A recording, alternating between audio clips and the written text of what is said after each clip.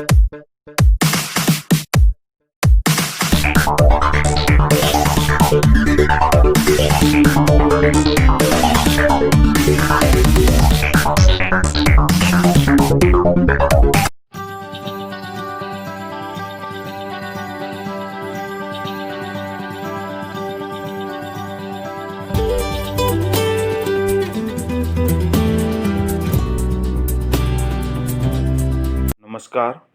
સુસ્વાગતમ.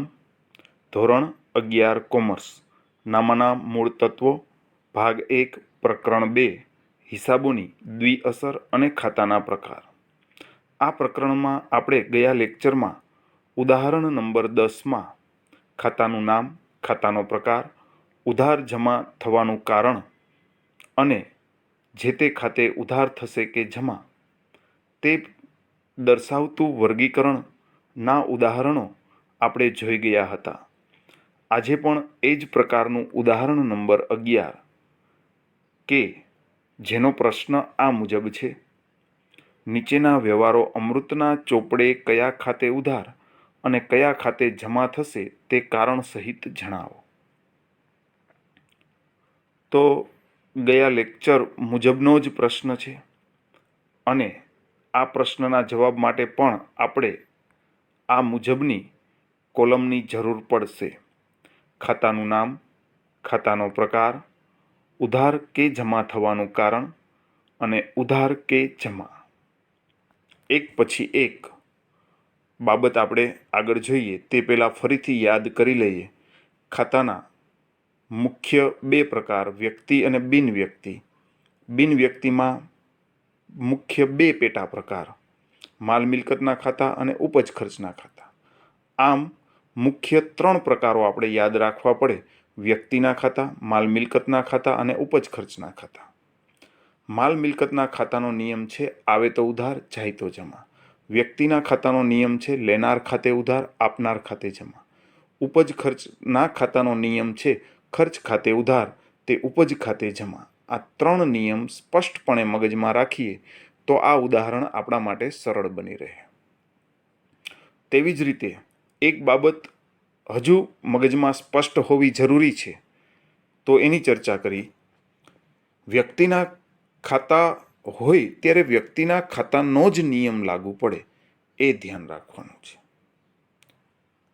ઉપજ ખર્ચ ખાતાનો પ્રકાર હોય અને તેમાં તમે આવે તો ઉધાર, જાય તો જમા એ નિયમ લાગુ પાડો તો સૈદ્ધાંતિક રીતે નામું સાચું લખાશે નહીં.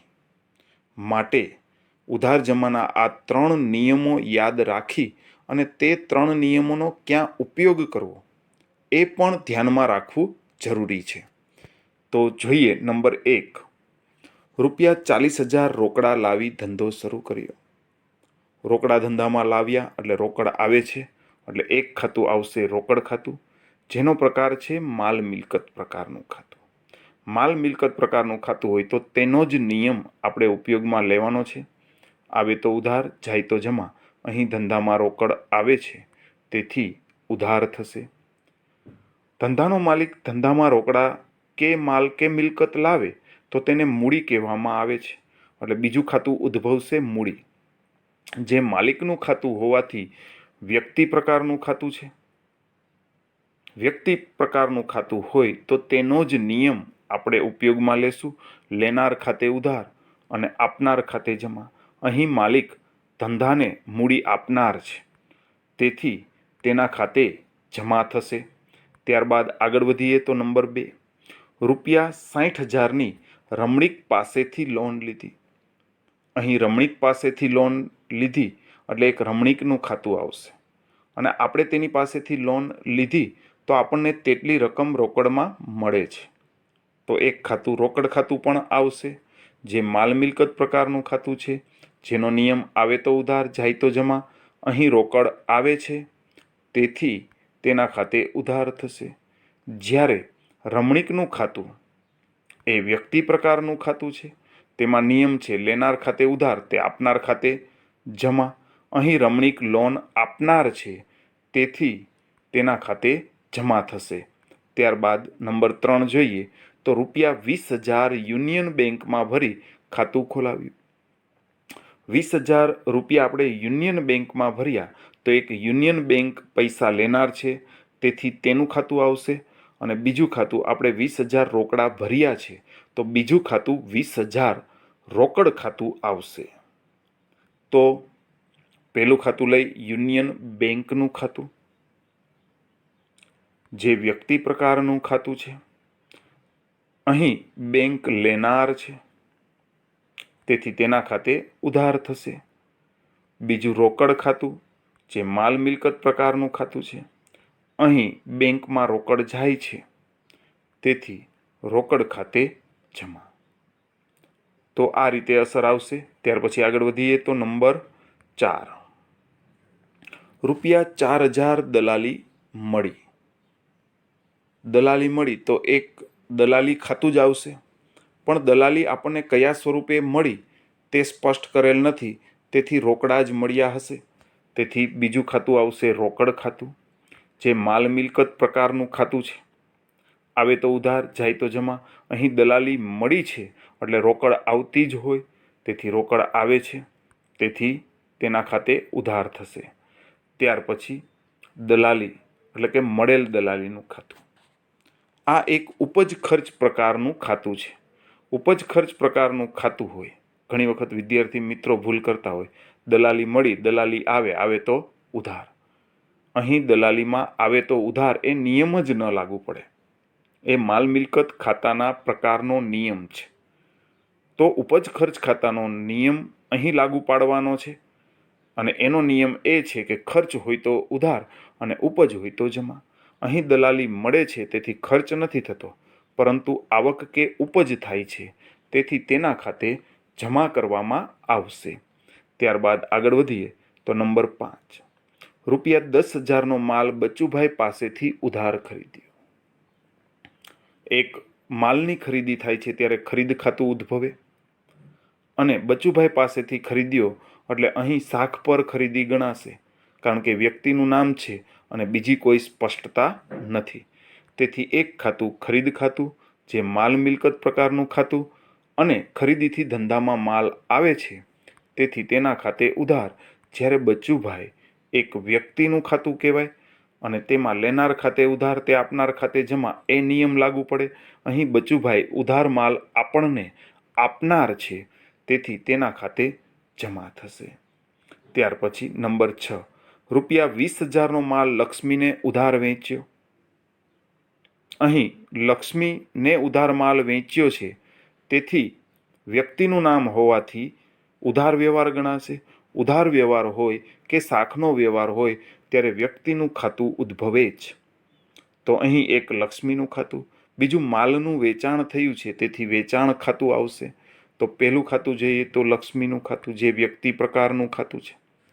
હવે કલ્પનામાં જોઈએ તો આપણે જ લક્ષ્મીને ઉધાર માલ વેચીએ છીએ એવી એક કલ્પના કરીએ, તો આપણે માલ વેચીએ ત્યારે લક્ષ્મી તે માલ લેનાર થશે અને લેનાર ખાતે ઉધાર થશે.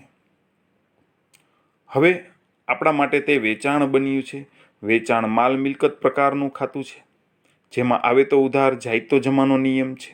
અહીં વેચાણ કરવાથી માલ જાય છે, તેથી તેના ખાતે જમા થશે. ત્યારબાદ આગળ વધીએ તો નંબર 7, ₹5,000 દુકાન ભાડું ચૂકવ્યું. અહીં ચૂકવણી થાય છે, તેથી દુકાન ભાડું ખર્ચ છે, તેથી એક દુકાન ભાડા ખાતું આવશે, અને તે રોકડ સ્વરૂપે ચૂકવેલ છે, તેથી રોકડ ખાતું આવશે. પ્રથમ ખાતું જોઈએ તો દુકાન ભાડા ખાતું, જે ઉપજ ખર્ચ પ્રકારનું ખાતું છે. મળે તો ઉપજ કહેવાય, પરંતુ અહીં ચૂકવણી થાય છે, તેથી તે ધંધાનો ખર્ચ છે, તેથી તેના ખાતે ઉધાર થશે. જ્યારે રોકડ માલ મિલકત પ્રકારનું ખાતું છે, રોકડ ધંધામાંથી જાય છે, અને તેથી તેના ખાતે જમા થશે. ત્યાર પછી નંબર 8, ₹200 રમાકાંતને લારી ભાડાના ચૂકવ્યા. અહીં રમાકાંત વ્યક્તિનું નામ આપેલ છે, ત્યારે ઘણી વખતે વિદ્યાર્થીઓ ગેરમાર્ગે દોરાતા હોય છે. વ્યક્તિનું નામ હોય અને તે વ્યવહાર ઉધાર છે કે રોકડ તેવી સ્પષ્ટતા ન હોય તો જ ઉધાર વ્યવહાર ગણવાનો છે. અહીં રમાકાંતને લારી ભાડાના ચૂકવી દીધા છે, તો અહીં રોકડની ચૂકવણી થઈ ગઈ છે, તેથી ઉધાર વ્યવહાર કે બાકીનો વ્યવહાર નથી. તેથી અહીં લેણદાર દેવાદારનો સંબંધ ઉપસ્થિત થશે નહીં. તેથી વ્યક્તિનું ખાતું ઉદ્ભવશે નહીં. તો પછી કયું ખાતું ઉદ્ભવશે? તો કે એક લારી ભાડા ખર્ચનું ખાતું, અને તેની સામે રોકડની ચૂકવણી થઈ, તેથી રોકડનું ખાતું. તો અહીં લારી ભાડા ખાતું ઉપજ ખર્ચ પ્રકારનું ખાતું છે, જે ધંધાનો ખર્ચ છે, તેથી તેના ખાતે ઉધાર થશે. જ્યારે રોકડની ચૂકવણી થઈ છે, તેથી રોકડ ખાતું માલ મિલકત પ્રકારનું ખાતું છે, અને રોકડ ધંધામાંથી જાય છે, તેથી તેના ખાતે જમા આવશે. ત્યારબાદ નંબર 9 લઈએ તો ₹500 કુંદન પાસેથી વ્યાજના લેણા થયા.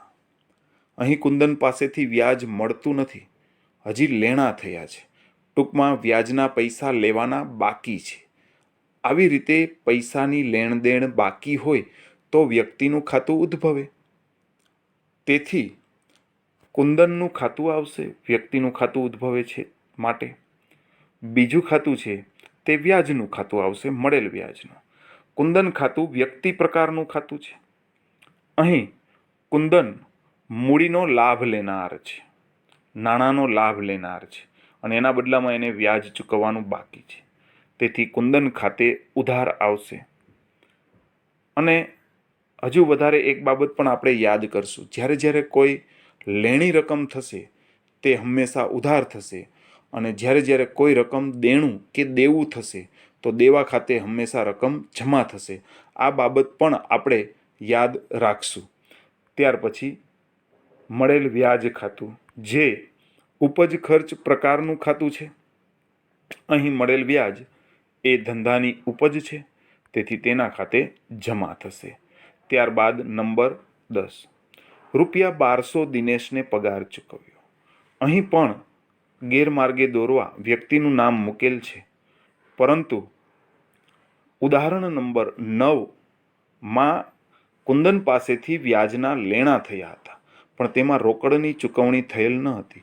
જ્યારે ઉદાહરણ નંબર 10માં જોઈએ તો ₹1200 દિનેશને પગાર ચૂકવ્યો, તો અહીં રોકડની ચૂકવણી થઈ ગયેલ છે, તેથી વ્યક્તિનું ખાતું ઉદ્ભવશે નહીં. તો પછી પગાર ખાતું ઉદ્ભવશે અને રોકડ ખાતું ઉદ્ભવશે. પગાર ખાતું છે તે ઉપજ ખર્ચ પ્રકારનું ખાતું છે.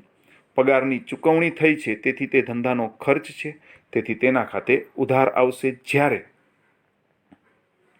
ચૂકવણી રોકડમાં થઈ છે, તેથી રોકડ ખાતું માલ મિલકત પ્રકારનું ખાતું, અને પગાર ચૂકવ્યો છે, તેથી ધંધામાંથી રોકડ જાય છે, અને તેથી તેના ખાતે જમા. ત્યારબાદ આગળ વધીએ તો ₹3000નું કમિશન મળ્યું. અહીં કમિશનની ઉપજ થાય છે, રોકડ સ્વરૂપે ઉપજ થાય છે, તેથી એક ખાતું રોકડ ખાતું, બીજું ખાતું મળેલ કમિશન ખાતું. રોકડ ખાતું છે તે માલ મિલકત પ્રકારનું ખાતું છે. ધંધામાં રોકડ આવે છે, કારણ કે કમિશન મળ્યું તો રોકડ સ્વરૂપે મળ્યું, એટલે કે રોકડ ધંધામાં આવે છે, તેથી ઉધાર. જ્યારે મળેલ કમિશન એ ધંધાની ઉપજ છે, તેથી તે ઉપજ ખર્ચ પ્રકારમાં આવશે, અને ધંધાની ઉપજ હોવાથી તેના ખાતે તે રકમ જમા થશે. ત્યારબાદ આગળ વધીએ તો નંબર 12, ₹15,000નો માલ રોકડેથી ખરીદ્યો. એક ખરીદ ખાતું આવશે. રોકડેથી ખરીદેલ છે, તેથી રોકડ ખાતું આવશે. ખરીદ ખાતું માલ મિલકત પ્રકારનું ખાતું છે.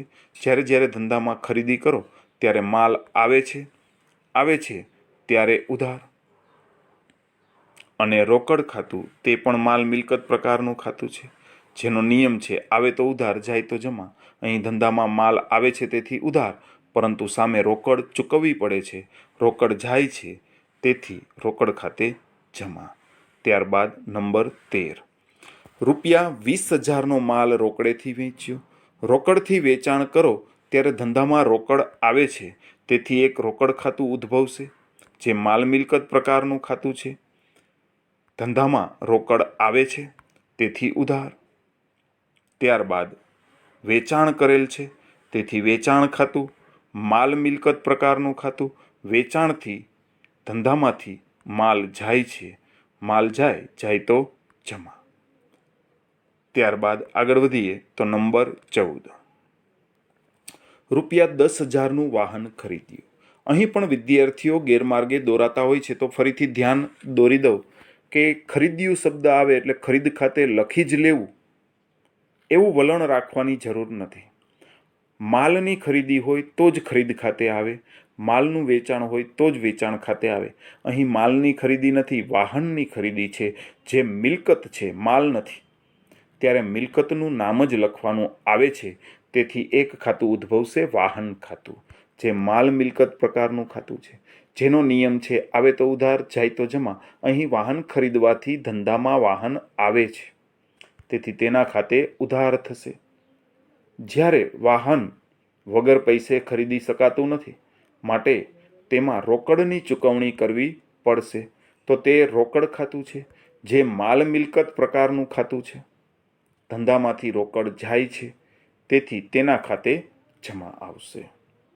ત્યારબાદ આગળ વધીએ તો નંબર 15. ₹2000નું ફર્નિચર રાજ ફર્નિચર માર્ટમાંથી ખરીદ્યું. 2000નું ફર્નિચર ખરીદવામાં આવ્યું છે. અહીં પણ ખરીદી શબ્દ છે, તો ખરીદ ખાતે ઠપકારી દેવું એવું મગજમાંથી કાઢી નાખો. કારણ કે ખરીદી શબ્દ ત્યારે જ આવે જ્યારે માલની ખરીદી હોય. આ સ્પષ્ટપણે મગજમાં રાખવું જરૂરી છે.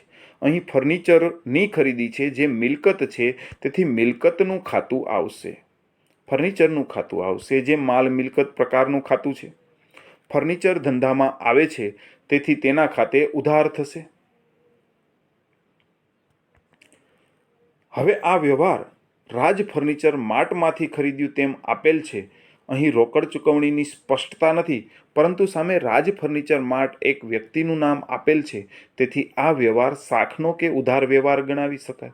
તેથી અહીં રોકડની ચૂકવણી થતી નથી, પરિણામે રોકડ ખાતું નહીં આવે, પરંતુ તેના સ્થાને વ્યક્તિનું ખાતું એટલે કે રાજ ફર્નિચર માર્ટનું ખાતું આવશે, જે વ્યક્તિ પ્રકારનું ખાતું છે, જેનો નિયમ લેનાર ખાતે ઉધાર, તે આપનાર ખાતે જમા. અહીં રાજ ફર્નિચર માર્ટ ફર્નિચર આપનાર છે, તેથી તેના ખાતે જમા થશે. ત્યારબાદ નંબર 16 જોઈએ તો ₹400નો માલ લક્ષ્મીએ પરત કર્યો. લક્ષ્મીને આપણે આગળનો વ્યવહાર જોઈએ તો આપણે લક્ષ્મીને માલનું વેચાણ કર્યું હતું, અને એ વેચાણમાંથી માલ પરત આવે તો તેને વેચાણ પરત કહેવામાં આવે છે, જે માલ મિલકત પ્રકારનું ખાતું છે. જ્યારે આપણે વેચાણ કરીએ ત્યારે માલ જાય છે, પરંતુ તે માલ પરત થાય ત્યારે વેચેલો માલ પરત પાછો આવે છે, તેથી ધંધામાં માલ આવે છે તેમ કહી શકાય, અને તેને કારણે ઉધાર થાય. બીજું ખાતું જોઈએ તો લક્ષ્મીનું ખાતું થશે, કારણ કે લક્ષ્મી માલ પરત આપનાર છે, જે વ્યક્તિના ખાતામાં સમાવવામાં આવે છે, જેનો નિયમ લેનાર ખાતે ઉધાર, તે આપનાર ખાતે જમા એવો થાય છે. તો અહીં લક્ષ્મી વેચેલો માલ પરત આપનાર છે, તેથી તેના ખાતે જમા થશે. ત્યારબાદ નંબર 17. ₹500નો માલ બચુભાઈને પરત કર્યો. આગળના વ્યવહારમાં જોશો તો આપણે બચુભાઈ પાસેથી ખરીદી કરેલ હતી. આ ખરીદેલો માલ પરત કરીએ તો એક ખાતું ખરીદ માલ પરત ખાતું આવે, અને બીજું ખાતું છે તે બચુભાઈનું ખાતું આવે. બચુભાઈ એ એક વ્યક્તિનું ખાતું છે. આપણે બચુભાઈને ખરીદેલો માલ પરત કરીએ છીએ. જ્યારે ખરીદી થાય ત્યારે માલ ધંધામાં આવે છે, પણ તે જ માલ પરત કરવામાં આવે ત્યારે માલ ધંધામાંથી જાય છે. અહીં બચુભાઈ આ માલ આપણા ધંધામાંથી લેનાર બને છે. તો વ્યક્તિનું ખાતું લેનાર ખાતે ઉધાર, તે આપનાર ખાતે જમા એ મુજબ થાય, અને બચુભાઈ ધંધામાંથી માલ લેનાર છે, અને માલ લેનાર છે, તેથી તેના ખાતે ઉધાર થશે. ખરીદ પરત ખાતું, જે માલ મિલકત પ્રકારનું ખાતું છે. ખરીદીથી માલ આવે, પરંતુ પરત કરવાથી માલ ધંધામાંથી જાય, તેથી તેના ખાતે જમા. નંબર 18 તરફ આગળ વધીએ તો ₹2000 યુનિયન બેંકમાંથી ઉપાડ્યા. યુનિયન બેંકમાં આપણે ગયા, ત્યાંથી આપણે રોકડ રકમ ઉપાડી, તો રોકડ રકમ ધંધામાં આવશે. એટલે એક ખાતું રોકડ ખાતું થશે અને આ પૈસા આપનાર યુનિયન બેંક છે, તેથી બીજું ખાતું યુનિયન બેંક ખાતું થશે. પ્રથમ ખાતું જોઈએ તો રોકડ ખાતું, જે માલ મિલકત પ્રકારનું ખાતું, રોકડ ધંધામાં આવે છે તેથી ઉધાર. જ્યારે યુનિયન બેંક વ્યક્તિનું ખાતું છે અને યુનિયન બેંક આ રોકડ આપનાર છે, તેથી તેના ખાતે જમા થશે. ત્યારબાદ નંબર 19, ₹300 ટપાલ ખર્ચના ચૂકવ્યા. તો અહીં ટપાલ ખર્ચ એક ખાતું અને તેની ચૂકવણી થઈ, તેથી બીજું ખાતું બનશે રોકડ ખાતું. ટપાલ ખર્ચ ખાતું છે તે ઉપજ ખર્ચ પ્રકારનું ખાતું છે, જેનો નિયમ છે ખર્ચ હોય તો ઉધાર અને ઉપજ હોય તો જમા. હવે અહીં ટપાલની ચૂકવણી થાય છે, ટપાલ ખર્ચની ચૂકવણી થાય છે, તેથી તે ધંધાનો ખર્ચ છે, તેથી ઉધાર. સામે રોકડ ખાતું આવશે, જે માલ મિલકત પ્રકારનું ખાતું છે.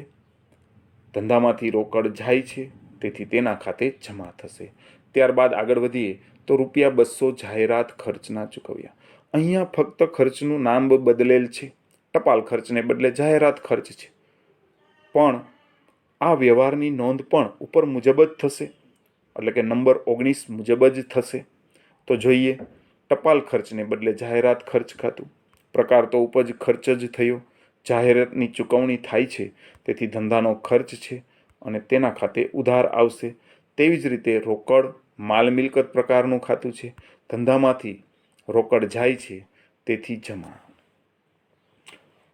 અહીં આ ઉદાહરણનો અંતિમ પ્રશ્ન પૂરો થાય છે. ઉદાહરણ નંબર 11, 20 આર્થિક વ્યવહાર આપેલ હતા, જેમાં અંતિમ આર્થિક વ્યવહાર અહીં આપણે પૂર્ણ કર્યો. હવે ફરીથી એક સ્પષ્ટતા કરી દઉં તો વારંવાર વિદ્યાર્થી તરીકે તમારે એ જ નિરીક્ષણ કરવાનું રહ્યું કે હું ઝડપથી બોલતો હતો ત્યારે માલ મિલકત ખાતાનો નિયમ વિશે હું ચર્ચા કરું તો આવે તો ઉધાર જાય તો જમા, એ નિયમને હું વળગી રહેતો હતો. એ તમારે નિરીક્ષણ કરવાનું છે. ઉપજ ખર્ચનો ખાતાનો પ્રકાર આવે તો ખર્ચ હોય તો ઉધાર, ઉપજ હોય તો જમા, એ નિયમને જ હું વળગી રહી અને ઉધાર જમાનું કારણ લખતો હતો અને એ મુજબ જ ઉધાર કે જમા હું રકમ કરતો હતો. એ તમારે નિરીક્ષણ કરવાનું રહે છે. તેવી જ રીતે વ્યક્તિના ખાતાનો પ્રકાર આવે તો લેનાર ખાતે હું ઉધાર કરું છું, આપનાર ખાતે હું જમા કરું છું. તો જે પ્રકારનું ખાતું હોય તે પ્રકારનો જ નિયમ લાગુ પાડવામાં આવે તો હિસાબો સાચા લખાશે, હિસાબો લખવામાં સરળતા રહેશે અને આ નામાનો વિષય પણ સમજવામાં તમને સરળ બનશે. તો ખાસ મિત્રો, ઉધાર જમાના 3 નિયમો, એ 3 નિયમોમાં કયો નિયમ ક્યારે ઉપયોગમાં લેવો, આ 2 બાબતનું પરફેક્ટ તમે ધ્યાન રાખો તો લગભગ આર્થિક વ્યવહારમાં તમને વાંધો ન આવે. તમને દરેક આર્થિક વ્યવહાર સરળતાથી આવડી શકે છે. માટે ખાસ આ બાબતનું ધ્યાન રાખજો. આ સાથે હું મારું વક્તવ્ય અહીં પૂર્ણ કરું છું. આભાર. અસ્તુ.